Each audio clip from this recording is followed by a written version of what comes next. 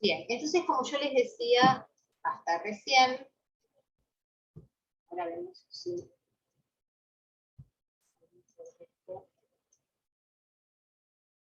Como yo les decía recién, con más o menos diferencias, ustedes van a encontrarse con pacientes de estas características en una terapia intensiva, ¿sí?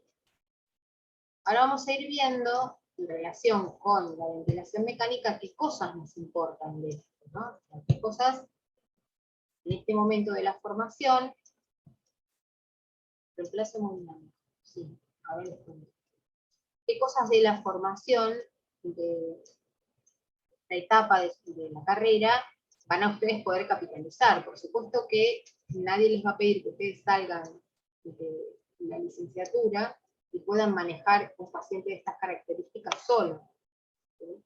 Porque sería como poner en riesgo al paciente y estresarlos a ustedes de manera tal que salgan corriendo por la puerta apenas abran la puerta. Es decir, este paciente tiene varias cuestiones a tener en cuenta y por eso es un paciente extremadamente crítico. Tiene una falla multiorgánica, ¿sí? Esto, escúchenlo en función de que van a trabajar justamente con un paciente séptico en su trabajo.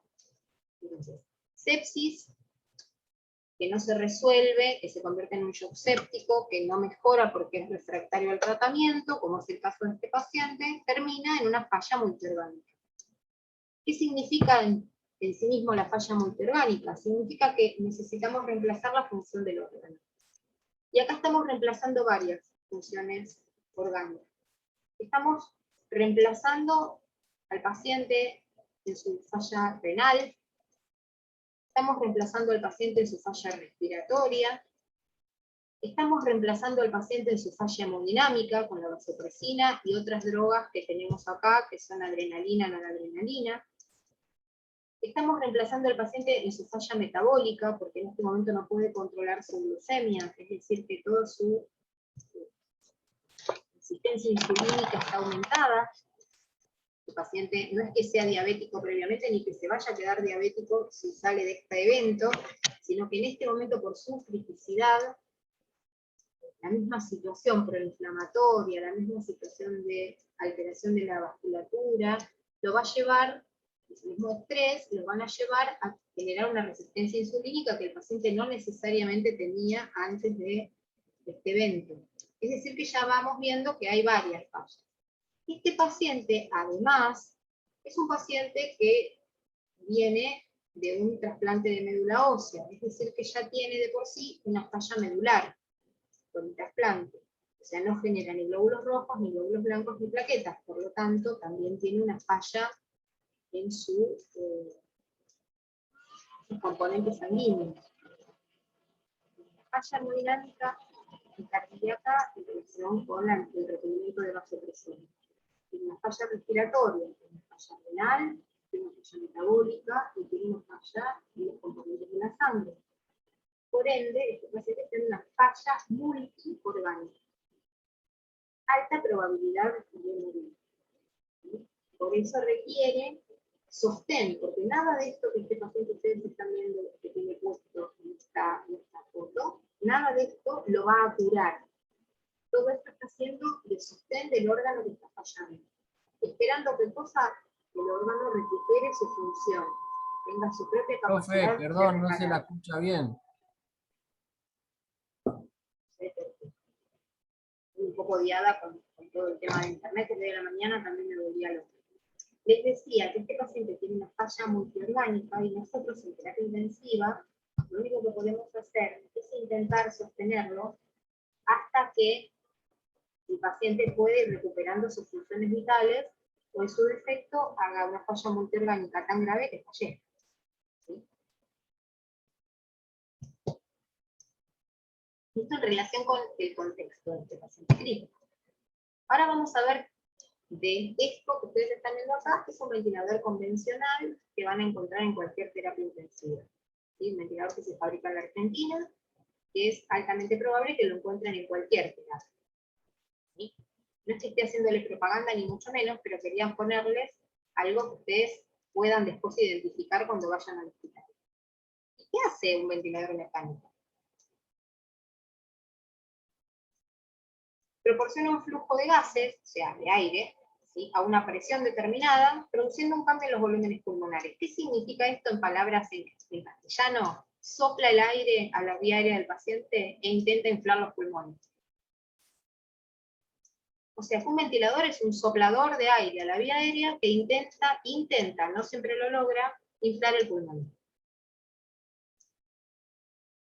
O sea, proporciona un flujo de gases, una cantidad, una velocidad de gas, a una presión determinada, es como lo sopla, produciendo un cambio en los volúmenes pulmonares, es decir, inflando el pulmón. ¿Sí?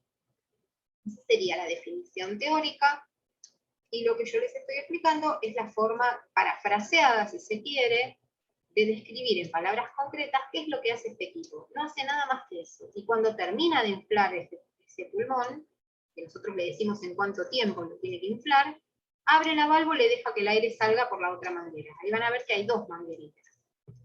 ¿Sí? El aire sale por acá. ¿Qué pasa? No, yo no quería cambiar. Espérenme un poco.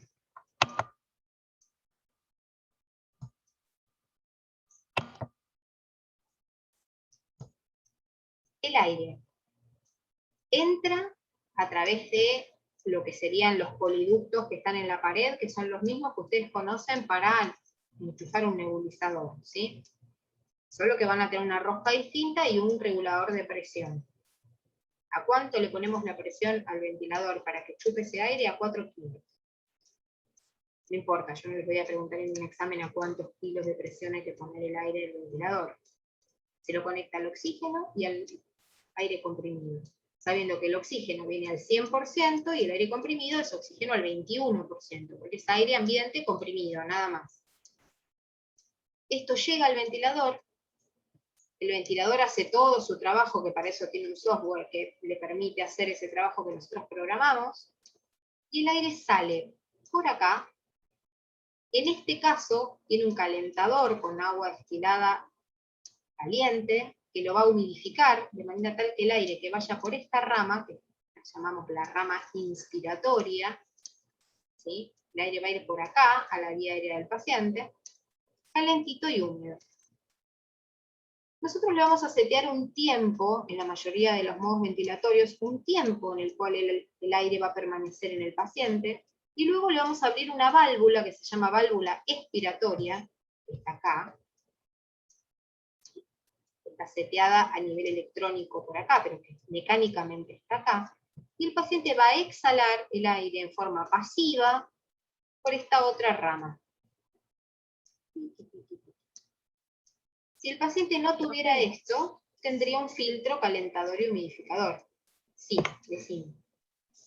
No, justo le iba a nombrar eso, que los que yo vi en la clínica, cuando estoy trabajando, no tienen ese humidificador, o sea, están conectados directamente al aparatito, los dos tubitos de inspiración y expiración, con el sistema de filtro, y bueno, la terminación ya va conectada al paciente. Exacto. Pero no le vi ese humidificador. Exacto. Este humidificador, por eso les decía, se llama humidificador activo o humidificador a cascada. En este momento, con la pandemia de coronavirus, no estamos colocando esto en los pacientes porque esto es un dispersador de partículas también. ¿Sí? Acá, en este agüita que está acá se concentran bichos. Bichos que son del paciente. Y al paciente no le van a hacer daño. Pero si nosotros ventilamos al exterior, corremos el riesgo de contagiarnos nosotros o contagiar a otros pacientes. Por ende, este sistema no se va a usar. Esto es un calentador, nada más. Tiene una placa de metal, lo programamos, lo enchufamos y mantiene calentita el agua destilada que está dentro de este receptáculo, que permite que haga vapor y que el vapor de agua humidifique y caliente todo el aire.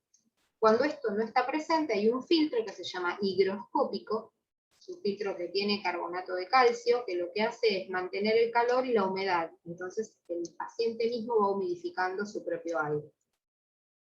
¿Sí? Cuando exhala, exhala calentito, cuando inhala, inhala aquello calentito que exhala. Esa es toda la ciencia del filtro. Si el paciente está hipotérmico no sirve, porque exhala frío y inhala frío. ¿Entiendes? Es toda una ciencia, la humidificación es un capítulo aparte en la ventilación mecánica. Yo estoy tratando de darles una orientación de qué se trata cada uno de estos elementos que están viendo en la foto. Pero en realidad, Es todo un capítulo aparte la humidificación del aire inhalado. No es simple, no es algo que se haga así de taquito ni para todos igual. Ahora vamos a recordar la cuestión del espacio muerto. ¿Se acuerdan que habíamos visto este mismo dibujo? Por eso es el mismo, para hablar del espacio muerto alveolar. Es ese espacio muerto donde en el mismo alveolo no se puede hacer conexión ni intercambio gaseoso, porque bueno, por ahí hay algún alveolo que no está funcionando bien, o está colapsado. ¿Se acuerdan que el pulmón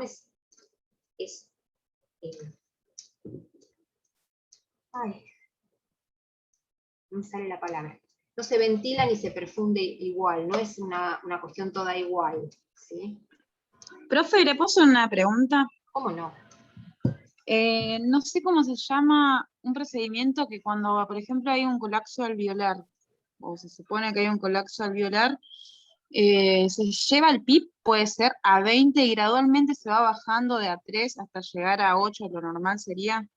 Sí, en realidad se lleva a 40. Se hace Ah, 40. porque yo lo vi, pero lo llevaron a 20. Se llama maniobra de reclutamiento alveolar eso, y se hacen 40 Ahí de está, PIB eso no en me salía. segundos. 40 en 40 se llama, son 40 de PIB en 40 segundos. Es una maniobra de reclutamiento alveolar. Lo que hace es forzar la apertura de los alveolos con mucha presión.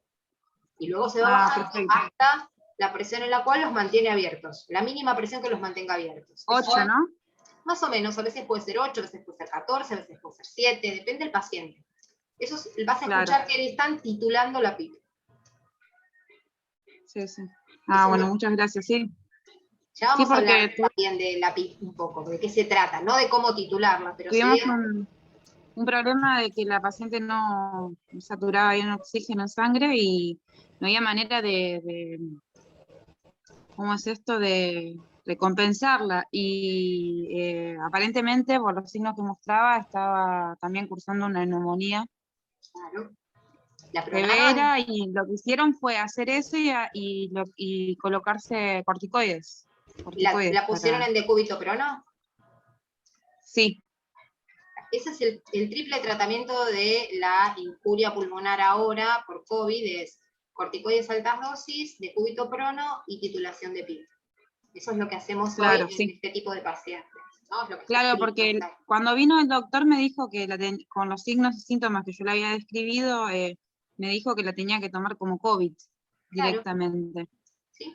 Pero bueno, después del tiempo falleció igual, lamentablemente. Pero quería saber cómo se llamaba bien este procedimiento, porque me pareció interesante y me mostró cómo hacerlo directamente. Así que estuvo bueno aprenderlo también. Por supuesto, siempre que puedan, péguense y aprendan todos los procedimientos. Aunque no los entiendan del todo, después van a la bibliografía y averiguan de qué se trata. Pero verlo... ¿Puede ser que se pueda? Profe, ¿Cómo? no, está bien. Y respecto a que lo pronen de cúbito, ¿sí siempre lo hacen o depende la contextura también? Porque yo tuve un familiar y no porque era muy obesa, no lo hicieron. Y a veces cuesta llamar pacientes. Claro, o sea, no siempre es así, ¿no? La indicación de prono tiene que ver con las áreas del pulmón y con cómo el pulmón, si está mucho tiempo el paciente en decúbito supino, ustedes vieron las áreas de West, ¿se acuerdan? Área ventral, área dorsal, área 1, área 2, área 3. Si yo estoy boca arriba, acostada, el aire va hacia arriba, pero la sangre va hacia abajo, por su propio peso. Entonces, lo que intentamos hacer cuando pronamos un paciente es cambiar esto y dejar que esas zonas que se habían llenado de sangre, que se han convertido en una esponja de sangre a nivel del intersticio pulmonar y del pulmón, empiecen a ventilarse mejor. ¿Sí? Hasta ese momento estaban como si estuviera edematizado el pulmón. Estoy siendo como medio gráfica, medio de entrecasa para explicárselo, pero para que se lo puedan imaginar. Es como si yo hubiese generado un edema en ese pulmón, aunque no es edema específicamente, ¿sí? Pero el peso de la sangre lleva al pulmón a que no ventile tan bien. Cuando lo ponemos al paciente en decúbito prono, lo que hacemos es tratar de que toda la sangre empiece a fluir nuevamente hacia el área que antes estaba hacia arriba, mientras va liberando la zona que antes estaba apoyada en la cama. Ergo, en esa zona empieza a ventilar mejor, empieza a entrar mejor el aire. ¿Por qué? Porque el peso del pulmón tiene importancia también, puede colapsar alveolos. Ahora, ¿qué pasa cuando un paciente es muy obeso o no podemos darlo vuelta en la cama porque se nos cae de la cama? Bueno, tenemos dos opciones, o lo dejamos en decúbito supino, o muchas veces lo que han tenido que hacer es traer una segunda cama, atarla a la primera cama y decubitar al paciente hacia la otra cama. Lo que pasa es que si el paciente está muy grave y tiene todas esas tubuladuras que ustedes están viendo que tenía mi paciente, es imposible ponerlo en decúbito prono. ¿Sí? Porque algo de eso se va a arrancar en el procedimiento. Entonces a veces el decúbito prono es más peligroso que dejarlo al paciente en decúbito supino. Pero la indicación es hipoxemia refractaria, que no hay forma de ventilar al paciente, es intentar decúbito prono. Pasa que no siempre tenemos con qué hacerlo, porque la cama entra justo al paciente.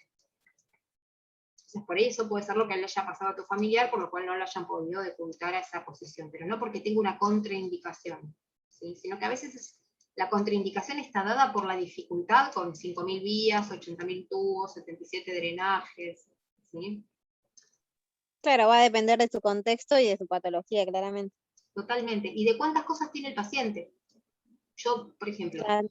hay pacientes, si yo tuviera que poner en decúbito prono, por más que sea un bebé y sea fácil de hacerlo, a un paciente que tiene 4 drenajes de abdomen, el abdomen abierto, una traqueostomía y un catéter de diálisis en la vena femoral, y lo más probable es que no lo pueda poner en decúbito prono, pero no es por la edad ni por el tamaño, sino porque todas esas vías corren peligro al dar vuelta al paciente. Alguna se va a colapsar. ¿Entiende? Algún drenaje no va a drenar. Entonces hay que evaluar punto por punto, paciente por paciente. Costo-beneficio, si lo puedo poner en decúbito prono o no. Creo que les puse yo en el campus algo sobre decúbito prono, un protocolo de decúbito prono. Si no lo puse, después se los pongo para que lo puedan tener para los que están trabajando. Es el protocolo de decúbito prono del Hospital Italiano, que está muy bueno. Entonces, volviendo a lo que estábamos hablando antes. Recuerden que todo lo que yo le pongo al paciente entre la vía aérea, todo este tubo endotraqueal, le estoy como estirando el espacio muerto, porque fíjense, lo voy prolongando, prolongando, prolongando, y el espacio muerto de este paciente se prolonga hasta acá, cuando en condiciones normales el espacio muerto del paciente empieza en la nariz. ¿Sí? Ahora, yo le estoy poniendo un tubo endotraqueal, más un montón de cosas, hasta llegar a las mangueras del respirador, que son estas dos que están acá, ¿sí? Dibujadas, graficadas, todo esto que está acá se lo llama espacio muerto instrumental. ¿Instrumental por qué? Porque está compuesto de instrumentos, de cosas que yo le fui poniendo. Entonces, ¿este paciente tiene aumentado el espacio muerto? Sí. ¿El respirador lo calcula? También. Esto es para repasar, espacio muerto es la situación en la cual tenemos un alveolo que con aire que entra y sale, pero no hace intercambio gaseoso con el capilar. Por lo tanto, el aire entra y sale de la misma manera siempre. No hay intercambio gaseoso, ¿sí? Esto se llama una alteración de BQ alto. Hay mucha ventilación, pero no hay intercambio gaseoso. Y ahora vamos a entrar en conceptos que, si no se entienden, me los vuelven a preguntar y busco otro ejemplo para explicarlos, porque son conceptos de la biofísica, ¿sí? Y no estamos muy acostumbrados a retomar la física que vimos en la secundaria, salvo que alguno de ustedes sea muy nerd y le haya gustado mucho física, cosa que a mí no me pasaba. A mí me costó mucho entender la biofísica aplicada a todo lo que tiene que ver con la terapia intensiva, donde permanentemente estamos viendo conceptos de biofísica.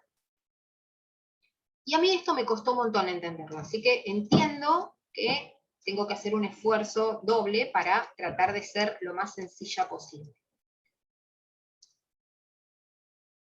Primero vamos a definir qué es la presión. Presión siempre va a ser fuerza sobre superficie. Ahora, ¿qué significa esto? Y esto tiene un componente importante a la hora de la ventilación mecánica. ¿Por qué? Porque el ventilador, dijimos, va a soplar a presión, o sea, va a hacer una fuerza sobre una superficie. ¿Sobre qué superficie? La vía aérea y el parénquima pulmonar. Es decir, que cuanto más fuerza tenga que hacer, ¿sí? Cuanto más fuerza tenga que hacer, mayor va a ser la presión. Y si la superficie se achica por alguna cuestión, a igual fuerza, también va a aumentar la presión. Entonces, primer concepto. Yo puedo manipular la fuerza o puedo tener problemas con la superficie. ¿Qué significa esto? Supónganse que yo tengo un paciente que está intubado y que tiene una presión X para llevar aire a ambos pulmones. Por alguna cuestión se mueve el tubo y este tubo se desplaza y solo ventila un pulmón. Ahora yo achiqué la superficie, porque tengo uno y antes tenía 2 pulmones que ventilar. ¿Sí? Profe, Sí. a mí, por ejemplo, también me tiraba el ventilador mecánico me tiraba que había alta presión. ¿Tiene que ver con esto también? No necesariamente. Hay varias situaciones en las cuales, esto lo vamos a ver la próxima clase cuando veamos las alarmas del ventilador, porque pueden sonar. Pero sí está relacionado con la fuerza que se estaba ejerciendo sobre ese pulmón. ¿Sí? Claro, A veces, sí, porque yo para mí pensaba que se estaba como estrechando, no sé, porque también puede ser. constantemente. También puede ser que el paciente tenga broncoespasmo. Y yo lo O estaba moco. relacionando con eso. O moco. ¿Sí? O sea, son varias las causas. En los aparatos ¿Cómo? nuevos, igual que en los ventiladores nuevos, por ejemplo, no salta, te salta la alarma de presión alta. Pero en los Sí. viejos que usted mostró, ahí te saltan algunas opciones de lo que podría estar pasando en el paciente. Sí, igual no te dice exactamente que con los años Sí, es y una. estudio, mucho estudio, uno entra y escucha el patrón respiratorio del paciente y ve las curvas del ventilador, sabe si es moco, si es agua, si es obstrucción, si es un problema del pulmón en sí mismo o es un problema de la vía aérea. Pero para eso hay que tener como un entrenamiento al lado de la cama del paciente y estudiar ventilación mecánica, que por supuesto no es algo que nosotros lo vamos a estudiar en 2 o 3 clases. Lleva un tiempo largo de estudio. De hecho, los cursos de ventilación mecánica son largos, porque son muchas las variables que hay que tener en cuenta. Pero lo más importante a tener en cuenta ahora, en esta fase, es esta cuestión que hace a la presión y la superficie. ¿Sí? Yo puedo hacer la misma fuerza. A ver, vamos a poner el ejemplo que yo pongo siempre en mis talleres de ventilación mecánica. Ahí digo, si una sola persona intenta derribar una pared, tiene una superficie determinada y una fuerza determinada, la fuerza de una sola persona. Obviamente no la va a mover ni un poquito.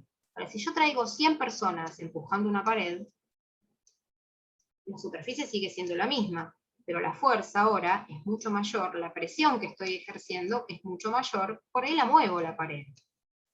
Lo mismo pasa con el pulmón.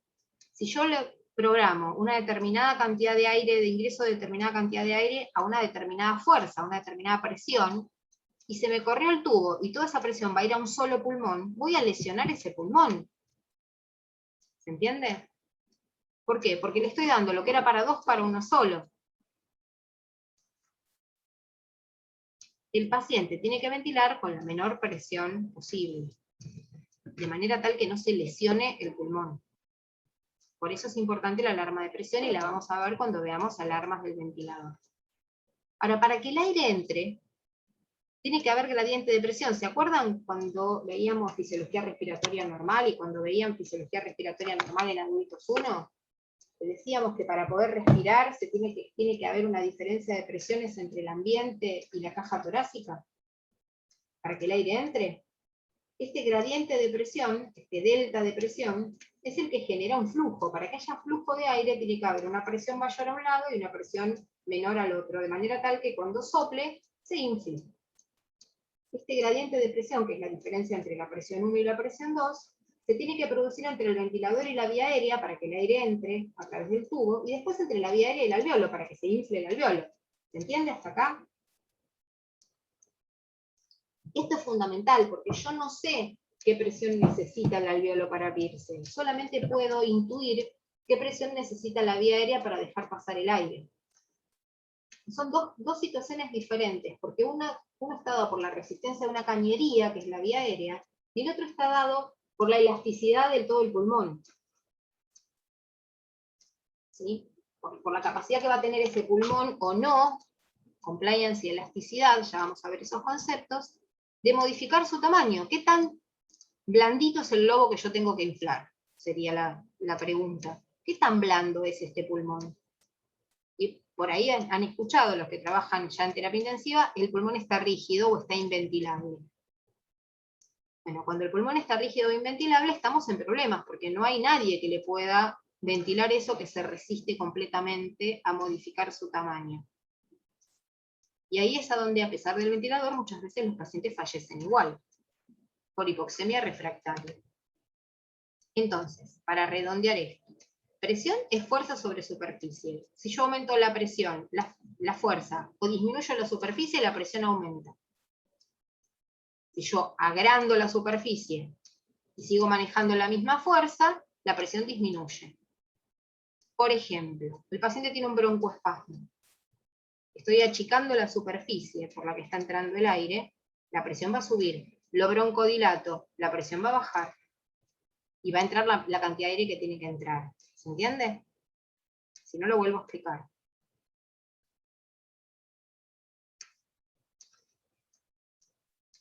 Esto, por supuesto, no solamente lo van a tener grabado como la clase, sino que está en la clase de ventilación mecánica enterita en YouTube. Hay varias, de hecho. Profe, ¿cómo dijo al final? Dije, vamos a suponer que tenemos, ustedes conocen un broncoespasmo, saben lo que es el asma, saben lo que es que se estreche la vía aérea, ¿sí? Acá no estamos hablando del alveolo, estamos hablando de la vía aérea. Una vía aérea que se estrecha porque tiene moco, broncoespasmo. Yo le pongo una fuerza, ¿sí? Para meter el aire. Pero acá la superficie la achiqué porque se me cerró un poquito el bronquio, ¿sí? ¿Qué va a pasar con la presión? A menos cantidad va a subir rápidamente. Le va a sonar la alarma de presión. Le va a entrar menos aire, porque tengo menos superficie. Ahora, yo le doy un broncodilatador al paciente, le hago sus PAF de beta 2, lo broncodilaté, mejoré nuevamente la vía aérea a su tamaño normal. Con la misma fuerza voy a tener menos presión, voy a tener que hacer menos presión, ¿se entiende? Para que el mismo aire entre. ¿Por qué? Porque ahora tiene su vía aérea normal, y antes la tenía achicada. Es un ejemplo de tantos que podría ponerle. Vamos a suponer que el paciente lo intubaron con un tubo muy finito, porque tenía un edema en la vía aérea, y no podíamos ponerle un tubo más acorde a su tamaño real. Y bueno, va a dar mayor presión en el ventilador, va a sonar la alarma de presión, voy a tener que adecuar la alarma de presión. ¿Sí? Les pongo un ejemplo, cuando fue Cromañón, los pacientes que nos llegaban al hospital, que había que ventilarlos en ese momento en la emergencia, venían de haber inhalado humo caliente, por lo tanto la vía aérea estaba edematizada, por lo tanto los tubos endotraqueales que le teníamos que poner en ese momento eran un poco más chicos de los que lo hubiésemos puesto en condiciones de una anestesia, por ejemplo. ¿Sí?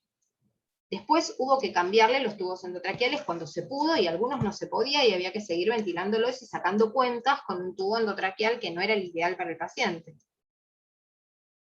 Estas cosas pueden pasar, y estas cosas van a hacer que suenen las alarmas de presión, pero como nosotros conocemos el concepto de presión, podemos equilibrar la situación para el paciente. Por eso es importante saber la teoría, porque a partir de la teoría uno puede tomar decisiones en la práctica, y no al revés. Si no, después lo que pasa en terapia intensiva es que vemos que hay un montón de profesionales de la salud que ostentan el conocimiento teórico, y a nosotras nos queda boyando por qué hicieron lo que hicieron. Bueno, justamente cuando me empecé a preguntar por qué se hace lo que se hace, es que me puse a estudiar ventilación mecánica fuertemente, porque me parecía sumamente interesante. Y ojalá los que se dediquen a hacer terapia les resulte igual de sumamente interesante que a mí. Después, si alguien está trabajando en terapia intensiva y quiere que les pase digitalizado algún texto de ventilación mecánica, les pasa. Pero acá vamos a lo básico en esta materia.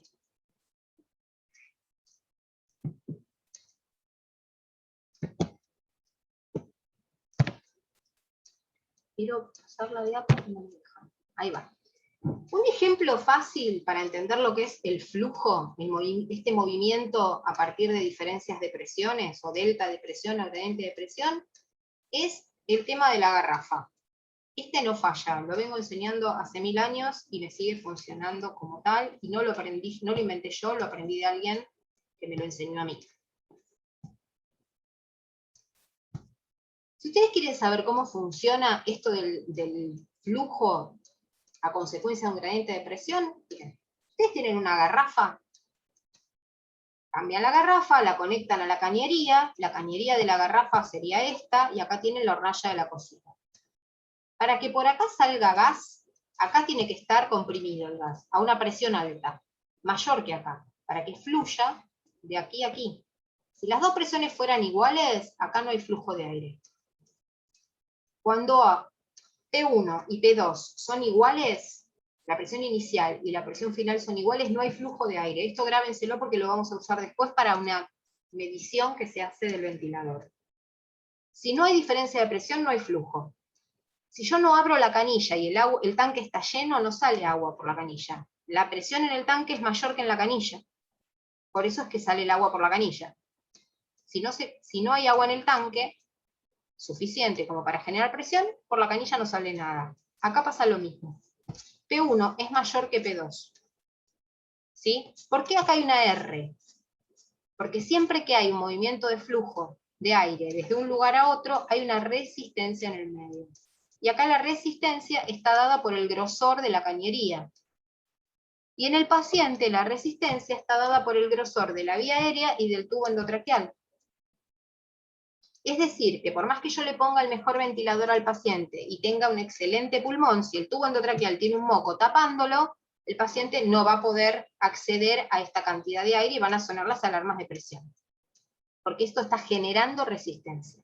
Normalmente la vía aérea genera una resistencia determinada.